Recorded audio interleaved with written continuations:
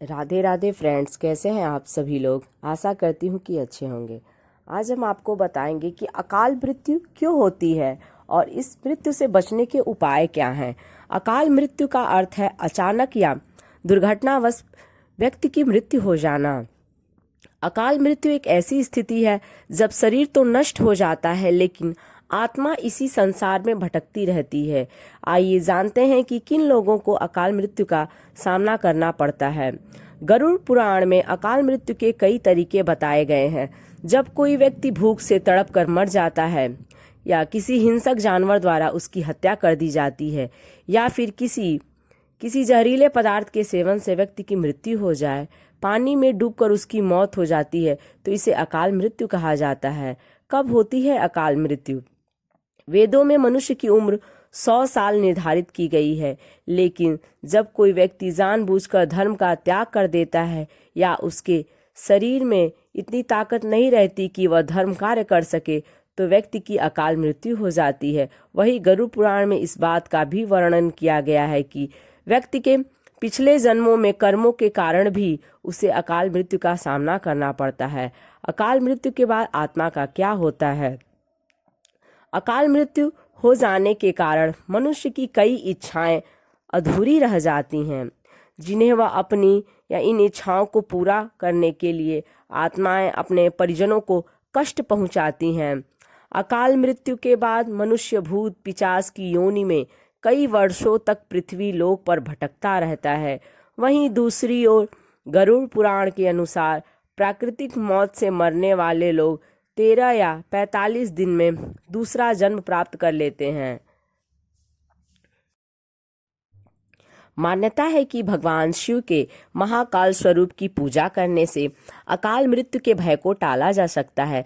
दूसरा उपाय है कि सावन में महामृत्युंजय मंत्र का निरंतर जप करने वाले और उसके परिवार की अकाल मृत्यु से रक्षा होती है। मंगल और चंद्रमा पर कदम रख चुके मनुष्य ने जिस चीज के आगे हार मानी है वो अंतिम सत्य है, मृत्यु। यह एक ऐसा सत्य है जिसे संसार की कोई भी दौलत नहीं बदल सकती। उम्र के हिसाब से मोक्ष की प्राप्ति होना यह नियति का नियम है, लेकिन अकाल मृत्यु संसार का सबसे बड़ा दुख है। मान्यता है कि भगवान शिव के महाकाल स्वरूप की पूजा करने से अकाल मृत्यु के भय को टाला जा सकता है। दूसरा उपाय है कि सावन में महामृत्युंजय मंत्र का निरंतर जप करने वाले और उसके परिवार की अकाल मृत्यु से रक्षा होती है। आइए आपको बताते हैं कि क्या है महामृत्युंजय मंत्र और कैसे हुई उसकी उत्पत्ति। ओम त्र्यंबकम यजामहे सुगंधिम पुष्टिवर्धनम उर्वारुकमिव बंधनान मृत्युर्मुक्षीयमामृता। शिव जी के अनन्य भक्त मृकंड ऋषि संतानहीन होने के कारण दुखी रहते थे।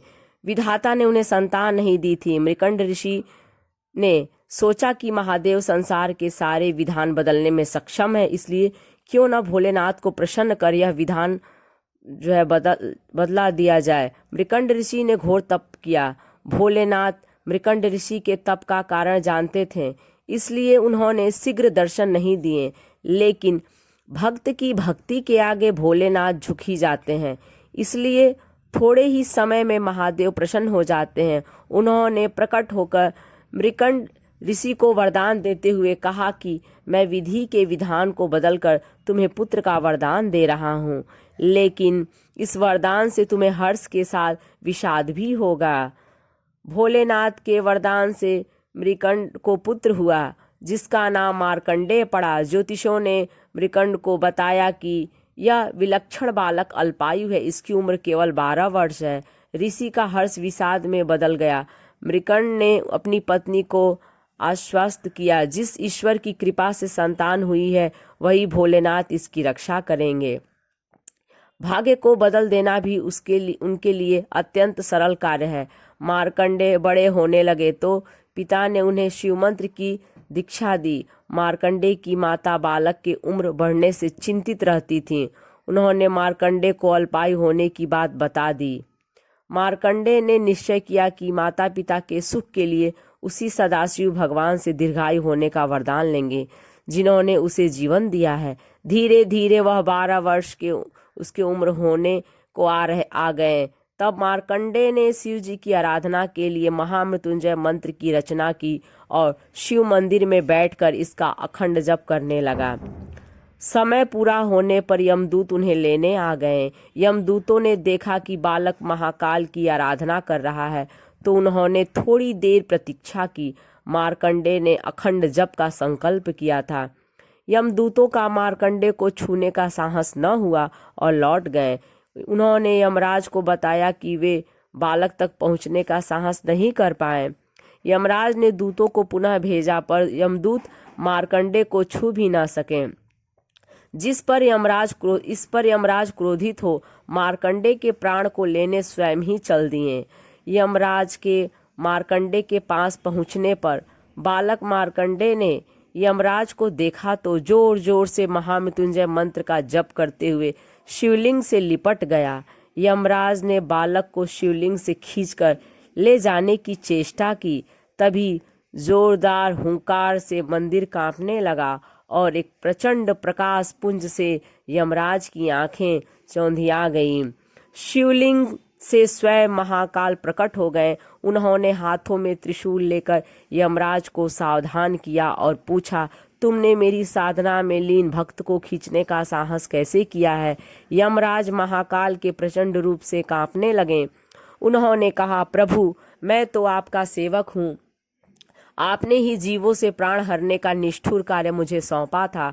भगवान चंद्रशेखर का क्रोध कुछ शांत हुआ तो वे बोले, मैं अपने भक्त की स्तुति से प्रसन्न हूँ, इसलिए मैं इसे दीर्घायु होने का वरदान देता हूँ। अब तुम इसे नहीं ले जा सकते। यम ने कहा, प्रभु, आपकी आज्ञा सर्वोपरि है। मैं आपके भक्त मार्कंडेय द्वारा रचित महामृत्युंजय मंत्र का पाठ करने वाले को कभी त्रास नहीं दूंगा। महाकाल की कृपा से मार्कंडेय दीर्घायु हो गए। उनके द्वारा रचित महामृत्युंजय मंत्र भी अमर हो गया। यह मंत्र काल को भी परास्त करने वाला माना गया है। महामृत्युंजय मंत्र का पाठ करने से मनुष्य को शिव जी की कृपा तो प्राप्त ही होती है और कई असाध्य रोगों, मानसिक वेदना आदि से भी राहत मिलती है। तो फ्रेंड्स, ये सभी जानकारी आपको कैसी लगी कमेंट्स करके ज़रूर बताएं। यदि अच्छी लगे तो लाइक करें और यदि मेरे चैनल दुर्गा दासी मीरा पर आप नए हैं तो इसे सब्सक्राइब करें।